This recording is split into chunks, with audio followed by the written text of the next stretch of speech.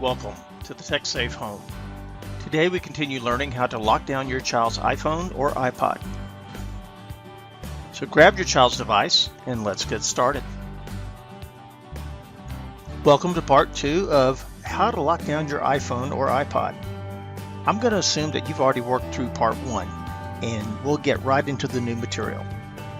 Here's my phone, still running iOS 10.3. To begin our task, we need to get back into the restriction settings. So first, tap on the settings icon. Now scroll down till you can see the General tab. Tap on it, and then scroll down till you see restrictions. You can see that mine are on, so I have to tap it. And I type in my code, which is very simple since this is for education. Now, Apple gives parents the ability to restrict music, movies, TV shows, and other media according to ratings or age limits. This affects media access via iTunes and the Apple apps. But keep in mind, it doesn't do anything for restricting Netflix, Amazon Music, or Hulu. So let's scroll down till we see allowed content. The first thing we have to do is set the ratings for your country. Different countries have different rating systems, and they vary quite a bit. So we have to make sure that you're set for your country. You can see I'm set here for the United States. Music, podcasts, news, and iTunes University products can contain explicit material. You can choose to limit access to explicit material by turning this off. First, tap on this item, and note that you can turn the explicit nature of it on or off. Notice that red label? That's also visible on the iTunes Store and on other products. So we're going to turn that off, and then we're going to hit back. The next thing we look at is movies. Movies can be restricted based upon the ratings. If we tap on it, we see that number 1, you can just turn movies off entirely.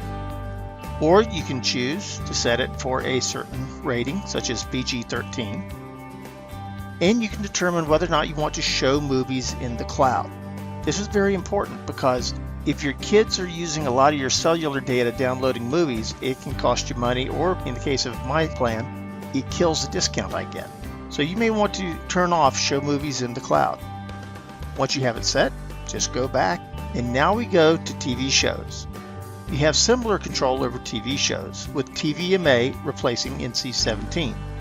If you are not aware of it, TVMA is the television equivalent of NC-17 or X. You can either turn off TV shows, or you can set them by a rating like TV-14. And you can choose to turn off or turn on the TV shows in the cloud. Back up. Now, books aren't rated, but some do have explicit sexual content, both fiction and nonfiction. Since we don't want kids downloading 50 Shades of Grey and other books and works like that, we want to turn this one off. So we just turn off explicit sexual content. We back up, and now we go to apps. You may not have known that apps have age ratings. Here we can see that you can either turn off apps, which gets you down to the basic Apple apps, or you can set this to only allow apps that are appropriate for your child's age. Notice that you can all allow apps or don't allow apps, same as with the others. Next, we scroll down a little bit more, and we see that there are things you can do with Siri. When you tap on it, you see 2 options: explicit language and web search content. By turning off explicit language, you sort of clean up Siri's language. When she investigates things, when she goes and finds out information, it will be filtered. And when you ask her to go search things, you can limit it so that she doesn't get information from Wikipedia, Bing, or Twitter. Now we come to the really fun part, websites. Apple includes a really good web filter built into the operating system. You have 3 choices. You can let all websites in, limit adult content, or only have specific websites be available. Note that it says limit adult content, and that's because no filter is perfect. But down below you have 2 sections. First is always allow. That's where you can add a website that you want the filter to always allow through. It may be that you have a daughter and you need to add Victoria's Secret or a similar store to the list. Or there could be a website that you don't ever want your kids to see. Maybe it's political, maybe it's social, but you can add that to the never allow list, and then you go back. This next section, privacy, is fairly complex, and we're going to do a whole new video on that shortly. So we're just going to skip that and keep going till we can see allow changes. Here we have the allow changes section. What this does is it allows you to determine different activities that you can lock your kids out of. Let's start with accounts. By not allowing changes here, you prevent them from adding, removing, or modifying any accounts that are linked to your mail, contacts, or calendars apps.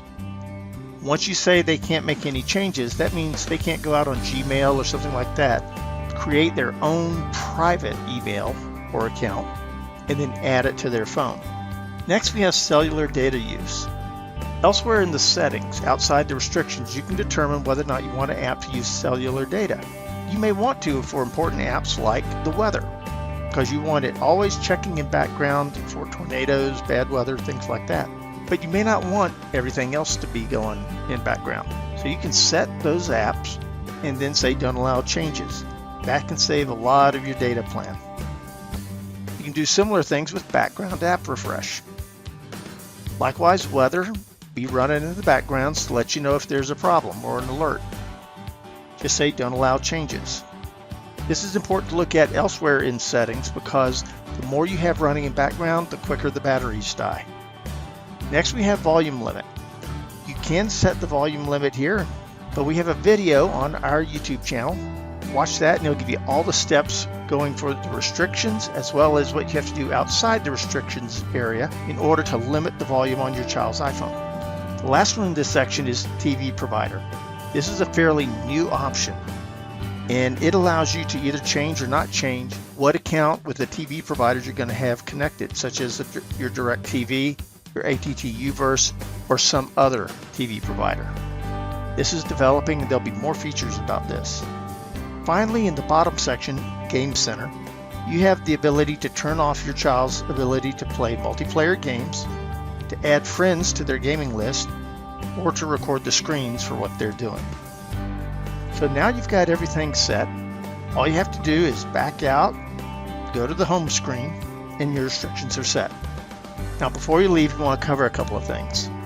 There are some things that can happen with your phone that will wipe out these restrictions. Number one, if you go in and disable them, that will wipe everything back to zero. So that when you enable them, you'll have to redo all of these.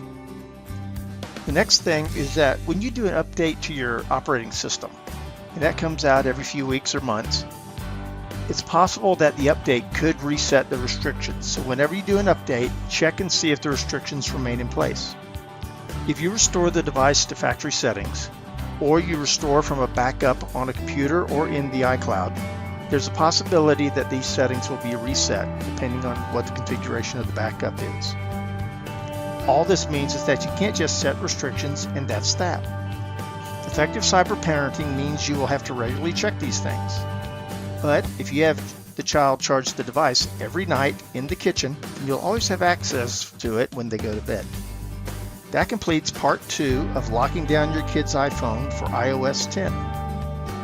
In addition to this video and the other ones on our YouTube channel, you can find over 150 articles on internet safety and Christian sexuality at Blogging the Knight's Quest at this address, blog.knightsquest.org. When you finish the video, make sure that you subscribe to Knight's Quest TV channel. We've got more videos coming and we don't want you to miss them. And it would really help our egos if you would give us a like. So thanks for joining us. Have a great day, and God bless you.